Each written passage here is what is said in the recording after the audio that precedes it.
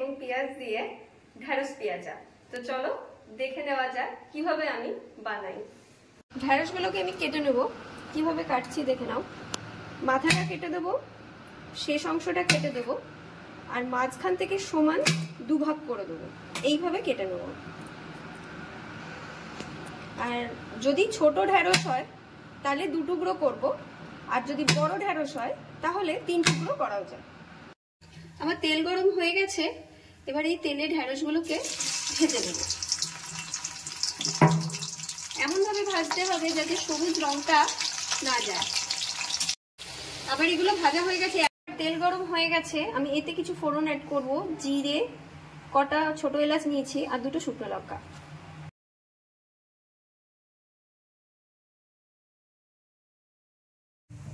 পেঁয়াজগুলো একটু ভেজে নেব, ছোট করে কেটে রেখেছি। পেঁয়াজগুলো একটু ভাজা ভাজা করে নেব। পেঁয়াজটা আবার লাল লাল করে একটু ভাজা হয়ে গেছে। এবারে আমি আদা রসুন বাটাটা দিয়ে দেবো।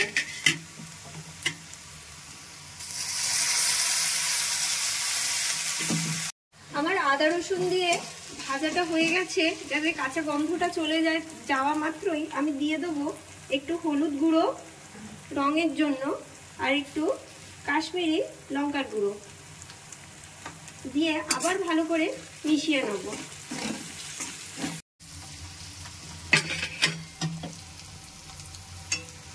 এবারে আমি দিয়ে দেবো টমেটো কুচি, আর তার সাথে অবশ্যই দিতে হবে, অবশ্যই একটু নুন দিতে হবে যাতে টমেটোটা একটু নরম হয়ে যায় তাড়াতাড়ি।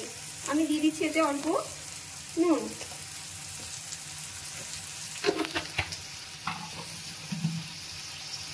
ভালো করে একটু মিশিয়ে নেব। একটু সামান্য আমি জল দিয়ে দিচ্ছি যাতে মশলাটা তাড়াতাড়ি সেদ্ধ হয়ে যায়।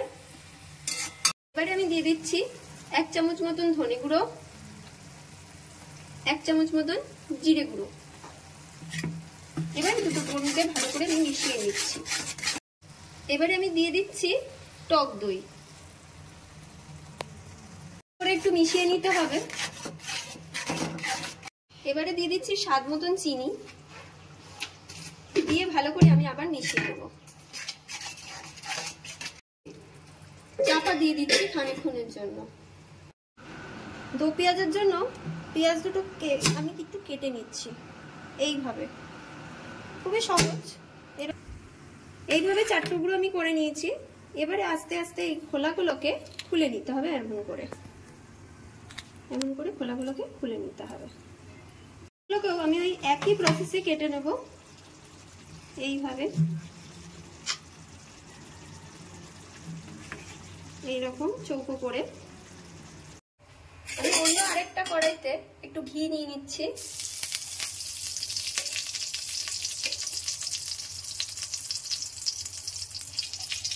আপনারা বাটারও ব্যবহার করতে পারেন।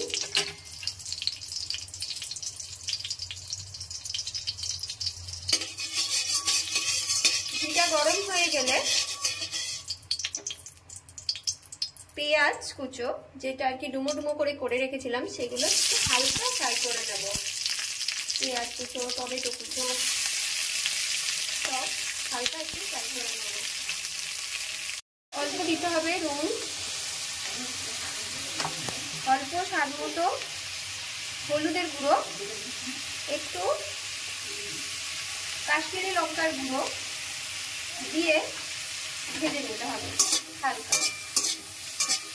এবার কিছুটা কাঁচা লঙ্কা কুচো দিয়ে দিলাম, দিয়ে আরেকবার নাড়িয়ে দেবো।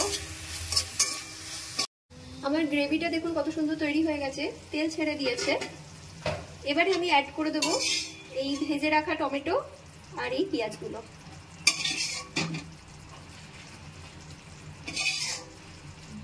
এবার সমস্ত উপকরণ ভালো করে মিশিয়ে নেবো একসাথে। এবারে আমি দিয়ে দিচ্ছি একটু কস্তুরি মেথি। এবার ভেজে রাখা সেই ঢেঁড়সগুলোকে আমি এর সাথে দিয়ে দিচ্ছি।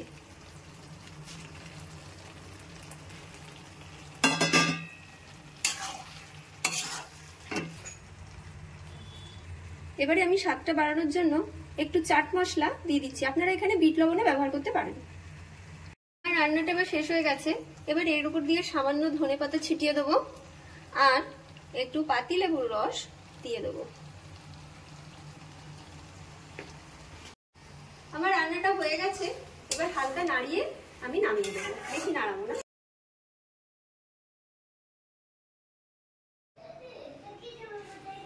আমার ঢেঁড়সের পেঁয়াজা রেডি হয়ে গেছে।